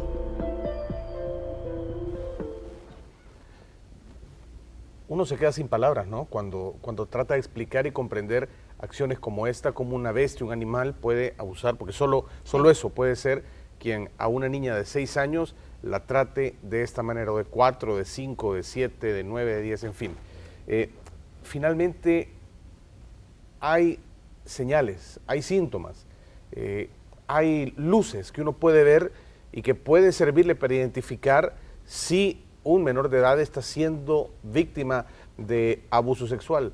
¿Cuáles son estos? Bueno, hay diferentes tipos de formas de darse cuenta, ¿no? Hay cuestiones que uno puede percibir mientras esta persona menor de edad está siendo abusada sexualmente. Por ejemplo, inseguridad es una de ellas. También vea usted la culpa, vergüenza o cierto estado de depresión del menor.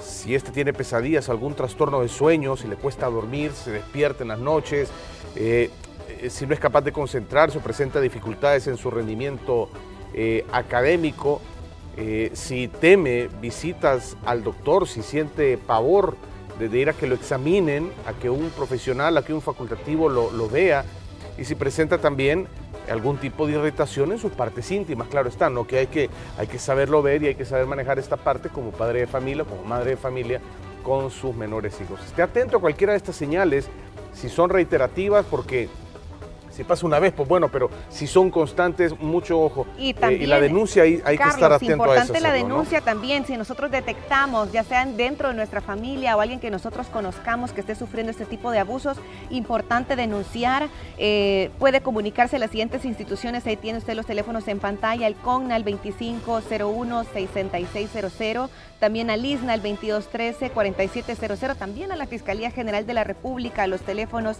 2593-7000, y también de igual manera puede hacerlo a la Procuraduría General de la República. Los números de teléfono, importante, también hacíamos el llamado que al nomás tener sospecha, duda de que puede estar sufriendo algún niño que usted conozca abuso sexual, una mujer también, es importante hacer la denuncia respectiva para poder acabar con estas cifras lamentables que veíamos que año con año van creciendo también. Hay participación también en Facebook con relación a este tema. Nuestra compañera Celida Magaña la tiene para ustedes.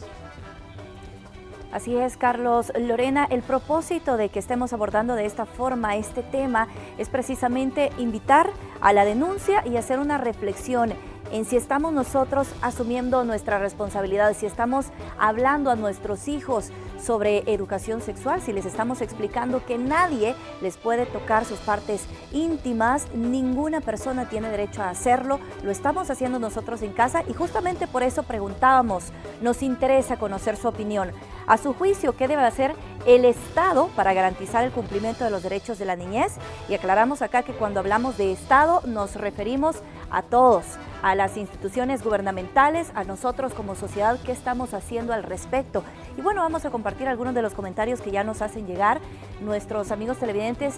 Ena Silvia Montenegro nos dice, entiendo que hay leyes internacionales a favor de la niñez, el Estado es responsable de darlas a conocer a la población y velar porque se cumplan. Muchas gracias, Silvia, por su comentario. También tenemos ahí el comentario de Joker Murcia.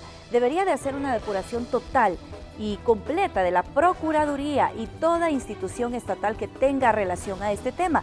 Actualmente la Procuraduría está llena de gente negligente y el sistema judicial lleno de jueces displicentes. Muchas gracias por su comentario. Rosy Nájera dice, como primer paso sería exigir que se paguen salarios dignos y justos. De esa manera no habría tanto niño que se deje solo porque mamá tiene que rebuscarse para que alcance el poco salario de papá. Eso es muy importante porque antes que las mamás cuidaban a sus hijos a tiempo completo, no había toda esta vorágine de violencia y vagancia también por parte de los jóvenes. Alfonso Fernández opina que aunque parezca pesimista, dice, en mi opinión, el Estado nunca hará nada por la niñez. Vean cuántos niños y niñas han sido violados por curas, pederastas y han muerto en tiroteos o han sido explotados laboralmente o han servido como carnada, dice, para las venganzas de pandilleros o han sido inducidos hasta la pornografía infantil. El destino de estas criaturas es tan incierto como el destino que tendrán los jóvenes al enfrentarse diariamente a la violencia y la resistencia por evitar la inclusión a los grupos de pandillas. Muchas gracias, Alfonso, por compartir su opinión con nosotros. Emanuel Alvarado dice que el Estado tiene que emplear estrategias para garantizar el derecho de la niñez, ya que hoy en día la niñez está siendo explotada en muchos casos porque los mandan a trabajar y sobre todo maltrato en menores, pero para garantizar el bienestar de la niñez tiene que comenzar en los hogares. Los padres tienen que velar por el derecho de los hijos. Muy importante lo que nos dice Emanuel. Recordemos que el círculo más cercano de los niños siempre seremos los padres de familia o en su defecto los cuidadores, los parientes, la familia. Tenemos que velar por su protección. Ana Mercedes Guzmán dice, creo que el Estado está más ocupado en sus pleitos políticos que en la niñez y menos en el pueblo que se acuerdan solo en las campañas, dice, por el voto, nada más. Qué pena y qué vergüenza que están dando los políticos. Como padres debemos estar más tiempo con nuestros niños y no confiar a los niños a nadie. Hoy no se puede confiar ni siquiera en la familia. Más que solo en Dios está mi confianza. Muchas gracias Ana Mercedes, por compartir también su comentario. Y bueno, tiene mucha razón cuando dice que en la familia también se dan los abusos. Conocemos que la mayoría de los casos de abuso se dan efectivamente al interior del seno familiar por, ya sea familiares o también personas muy cercanas a la familia. Así que muy importante que estemos al pendiente de este tipo de situaciones y que no se vulneren los derechos de nuestros niños. Como es bien delicado, es un tema bien cultural, bien arraigado también a las creencias, porque cuando alguien argumenta o dice, es que cuando las mamás cuidaban a los hijos y por eso, o sea, eso implica entonces que las mujeres no tienen que salir a trabajar para que los niños no sean abusados. Creo que no es tampoco... Y es un tema muy debatible, Carlos, porque también antes no se conocía mucho de estos casos, teníamos menos acceso también a los medios de información, diferente a lo que sucede ahora. Y luego las mujeres que justamente por eso, porque no salen a trabajar, no tienen un medio para valerse por sí mismas y valerse ellas y sus hijos, y no denuncian a la bestia que tienen de marido, que es el que las mantiene y que está abusando constantemente de ellas y de los niños, porque me va a dejar y no voy a hallar qué hacer. Entonces, verdad, hay que tener cuidado en la forma en la que se ve y cómo se plantea el tema, y las mujeres sobre todo deben de encontrar el valor para denunciar y para tener las agallas y la entereza y el valor de agarrar sus cosas, a su niño, a su niña, e irse y dejar a esta persona que sea la que está causando el abuso. Denunciarlo principalmente a las autoridades. Queremos reiterar los números a los cuales usted se puede comunicar. Por favor, apúntelos, téngalos ahí a la mano, porque tal vez no lo necesite usted, tal vez alguna vecina está pasando por esa situación. El CONNA 2501-6600, el ISNA 2213-4700, la Fiscalía General de la República 2593-7000 y la Procuraduría también General de la República 2231-9335. Les recuerdo que usted puede hacer una denuncia también de forma anónima y las autoridades están en la obligación de actuar de oficio. Y si conoce de algún caso, también los medios de comunicación estamos para eso. Totalmente de acuerdo. Nosotros podemos también llevar a la luz pública justamente todas estas circunstancias, estas situaciones, pero claro, también hay que recurrir en primera instancia. O sea, la primera llamada es a las autoridades y los números que hemos compartido con ustedes. Así es. Bueno, vamos a revisar rápidamente cómo está el tráfico vehicular cuando son las 7:44. Waze, ¿qué dice? Bueno, sí, por la zona de San Jacinto podemos observar ahí cómo se ve el tráfico vehicular. Ahí podemos observar la parte de la avenida Cuba, que es una de las importantes arterias de esta zona de San Salvador. Vemos ahí también que está muy en cercanía con el centro de San Salvador también. San Jacinto específicamente desde el kilómetro 2,5 cerca de los planes de Renderos, y precisamente ese es el lugar donde en unos minutos tendremos la conexión de nuestra unidad móvil motorizada, que siempre nos muestra en vivo y en movimiento también cómo está la situación del tráfico vehicular. Pero si ustedes observan, hay reportes de tráfico leve y también fuerte congestionamiento, de acuerdo a los indicadores que ahí están en los colores naranja y rojo. Hemos iniciado el recorrido, ahí estamos en San Jacinto, kilómetro 2,5 hacia los planes de Renderos, ¿verdad? Desde ahí hemos salido en nuestra unidad móvil para que usted lo tenga como un punto de referencia, para que pueda observar en tiempo real cómo está la situación del tráfico vehicular. Y bueno, si usted necesita transitar por esa vía, también pueda observar que hay fluidez vehicular, y esto coincide con el mapa de esta aplicación Waze, que nos está indicando que bueno, hay un poco de tráfico, carga vehicular, pero está fluido. No se reportan accidentes en esa vía. Bueno, ahí veíamos la imagen también, tuvimos un congelamiento de la imagen también, comprendamos que estamos en vivo, que es una señal. Sí, Ever, nuevamente. Gerardo. Gerardo. Bueno, Gerardo, vamos a ver a Marcela dentro de poco, ya la vamos a tomar ahí en la imagen. Esto es, como decíamos, te compartía la información, va justamente en el tramo Lorena, que te permite llegar, o si te vas a la carretera hacia Comalapa, o te vas a los planes de Renderos. O vas a los planes. Sí, ahí está Marcela ya. Hola, Marcela. Bueno, y así es, el tráfico vehicular sobre calle a los planes de Renderos se mantiene bastante fluido en ambos sentidos, tanto en el que lleva hacia los planes de Renderos como el que lleva hacia San Jacinto. Pero también revisaremos cómo está el tráfico en carretera a Comalapa. Estaremos viendo acá los 3 carriles que conducen hacia San Salvador. No hay mayores complicaciones, está bastante despejado, al igual que en el otro sentido, en el sentido que conduce hacia San Marcos y al aeropuerto internacional. Pero es necesario recordarles a los amigos conductores que tomen las precauciones necesarias y conduzcan con mucha precaución, ¿no? Eso para evitar cualquier tipo de accidente. Recordar que esta es una de las arterias más transitadas. En total, está despejado tanto en la carretera Comalapa como en la carretera a Los Planes de Renderos. Cela, nos escucha, ¿verdad? Fíjate que, claro que sí. Hay lugares en especial, Célida, Lorena y amigos televidentes, donde esta forma de presentar el tráfico que pues hemos adaptado aquí desde hace unos días nos puede ayudar también para denunciar situaciones que no abonan en nada al tema de la fluidez. Por ejemplo, el tema de la cima es muy conocido, como para salir de ahí desde cima 4 hay personas y sobre todo unidades del transporte público que agarran el sentido contrario y se dejan ir con todo y luego causan un congestionamiento. Podríamos también tomar esa ruta en algún momento, rutas similares, para hacer la denuncia ciudadana mientras estemos al aire de estas situaciones que se den, de estas irregularidades, ¿no? Sí, mientras nuestra unidad motorizada continúa ese recorrido y bueno, ya tú nos describías muy bien, Marcela, que hay fluidez, que no hay complicaciones, al menos en esa zona. Tengo entendido que llegando a Rancho Navarra es donde se empieza a complicar un poquito la situación también para las personas que normalmente salen de la zona de Planes de Renderos y se dirigen a la zona. Aquí lo vamos a ver ahorita. Vamos a ver justamente ahorita. Ahí vamos. Ajá, está haciendo aquí el dobleza, el cruce a la derecha, incorporándose ya a la carretera que viene de Comalapa hacia Rancho Navarra. Vamos a ver cómo se encuentra.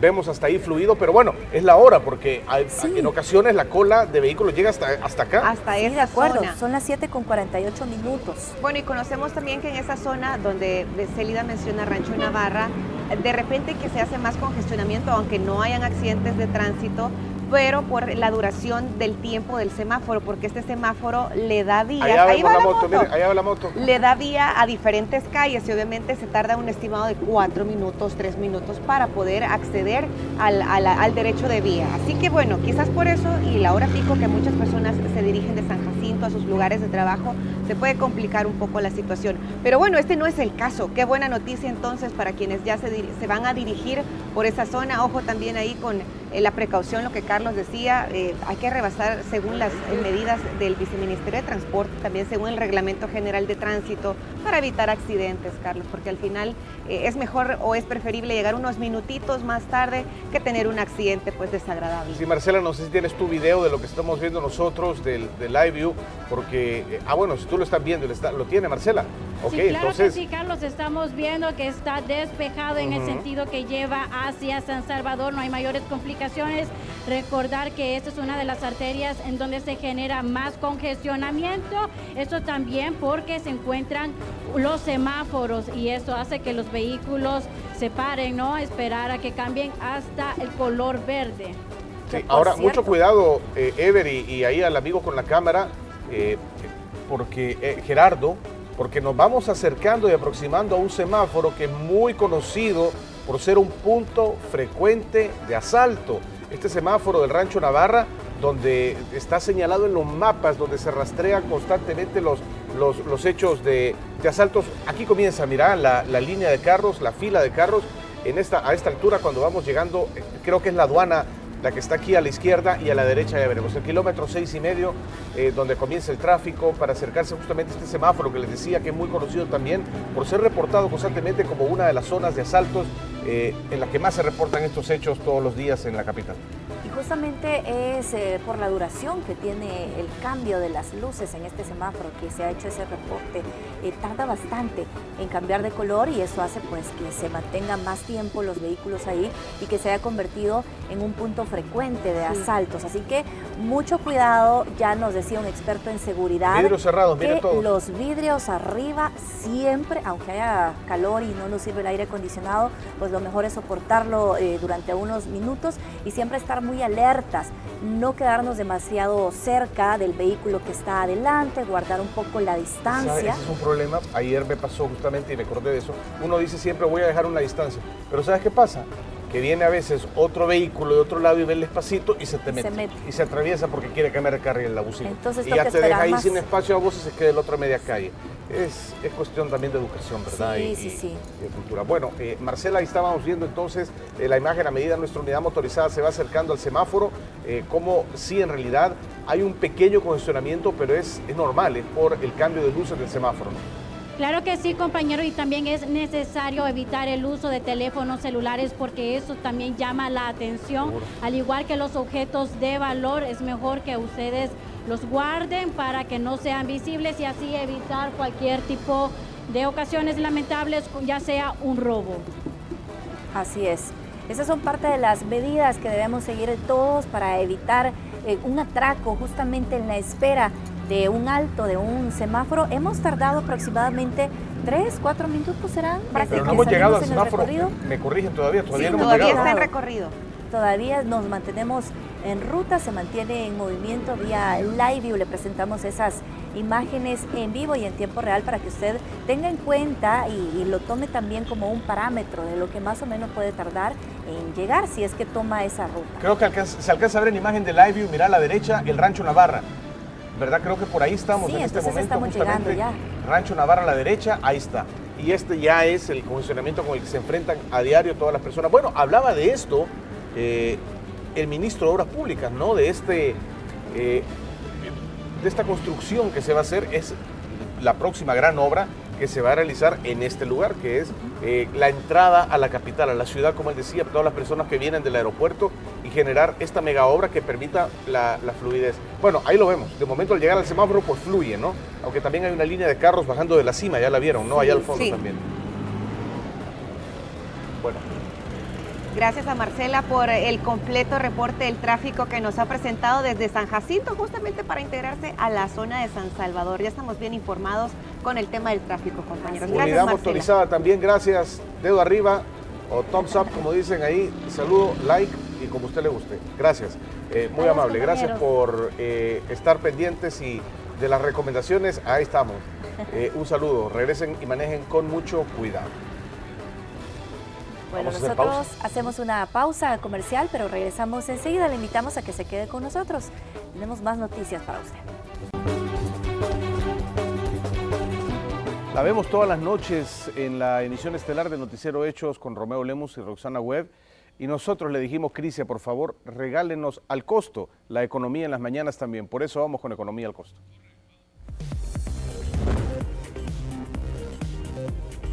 Muy buenos días, esto es Economía al Costo y hoy comenzamos hablando del último informe presentado por la Organización Mundial del Trabajo, que revela cuáles son los países con mayor índice de desempleo en el mundo.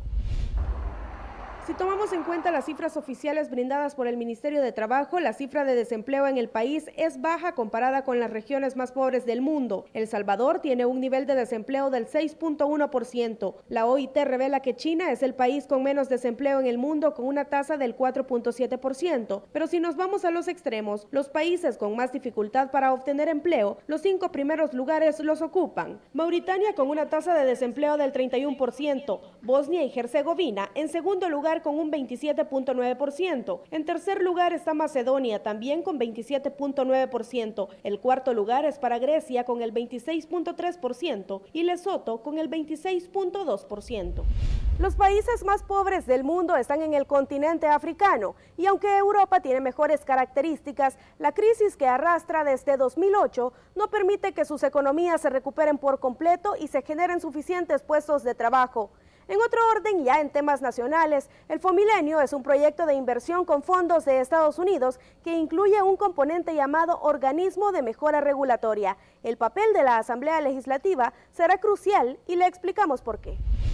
Su objetivo es claro, que las normativas salvadoreñas no sean un obstáculo que impida nuevas inversiones. Uno de los primeros pasos es reformar las leyes que alargan los procesos y llevan a que las intenciones de los empresarios se esfumen. Aquí se vuelve crucial la Asamblea Legislativa, pues es donde finalmente se toman las decisiones ante las propuestas del organismo. Esos son los retos que tenemos, generar esa confianza a nivel político, a nivel legislativo. Uno de los frenos es, según los especialistas, la delincuencia, pero se deben pulir otros aspectos que, a juicio de los parlamentarios, generan una mala imagen en el mundo. De nada sirve que nosotros, por un lado, estemos legislando y haciendo leyes para facilitar el comercio cuando la burocracia hace que el comercio se paralice. Hay diputados que son más optimistas y creen que los esfuerzos ya impulsados están allanando el camino. Va caminando hacia adelante, positivamente, insuficiente, es cierto, ¿verdad? Pero no vamos decreciendo. Las primeras propuestas de reforma llegarían a la Asamblea Legislativa el primer trimestre del año. Otros puntos que ya están siendo discutidos en la Asamblea Legislativa es una ley para el sector artesanal que busca dar garantías a las personas que se dedican a la elaboración de artículos o productos autóctonos de una región. La Comisión de Economía también tiene en la agenda las reformas necesarias a la ley en contra de la usura. Esto es todo por hoy en Economía al Costo. Que tengan feliz día.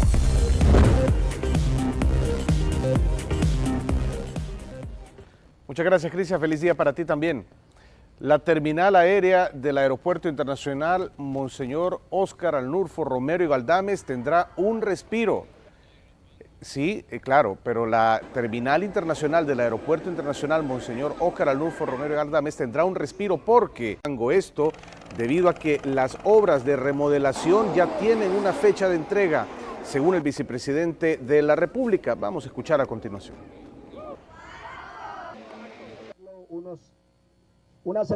En la semana antes de salir de vacaciones de Semana Santa.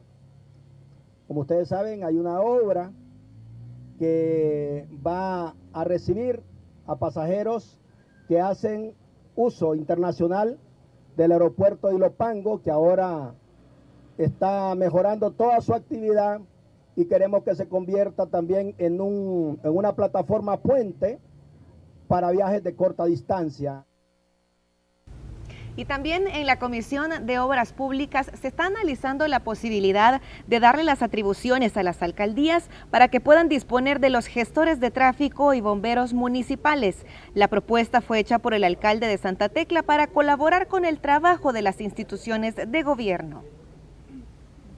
La administración pública estaría ganando pues el que los recursos se puedan aprovechar de mejor manera porque estaría las municipalidades invirtiendo en temas de tránsito, ya no sería solamente recargado al gobierno central. Segundo, la Policía Nacional Civil podría orientar más personal de los que ahora están en tránsito hacia temas de seguridad ciudadana. Y tercero, pues los municipios tendríamos mayor control para poder ordenar nuestros municipios. Y mire usted qué importante, para incentivar la cultura en nuestro país, la Alianza Francesa, en conjunto con varias instituciones de la Gran Zona Rosa en San Salvador, anunciaron la realización de la Noche Blanca, un evento que se desarrollará el sábado 12 de marzo con diferentes actividades artísticas, que además contará con seguridad y transporte entre los diferentes puntos. Los organizadores piden a los asistentes vestir de blanco durante este evento. Así que bueno, una invitación abierta para cualquiera que quiera participar. Si usted quiere asistir también y participar de las actividades, recuerde que puede hacerlo de preferencia vestido de blanco. La Nuit Blanche, así le han dicho, ¿verdad? Así la han llamado. La Noche Blanca. La Noche Blanca. Y bueno, en la unidad de acceso a la información del órgano judicial se está tramitando una solicitud de una ciudadana que pide se le entregue el acuerdo de la Corte Plena en el que se nombró a los magistrados Belarmino Jaime y Sidney Blanco como supervisores del trabajo de la sección de probidad. En el documento, la ciudadana Fabiola Alejandra Fernández Reyes solicita además que se le dé a conocer a los criterios utilizados por los magistrados Jaime y Blanco para seleccionar qué funcionarios o exfuncionarios serían investigados por probidad. Además, esta misma ciudadana pide, en tercer lugar, que se le entregue una copia del documento en el que los magistrados Jaime y Blanco seleccionaron a los funcionarios o exfuncionarios cuyas declaraciones patrimoniales serían analizadas por probidad. Esta petición la hace en medio de la información que ha trascendido a nivel público de que los magistrados antes mencionados integraron la primera comisión de supervisión del trabajo de probidad.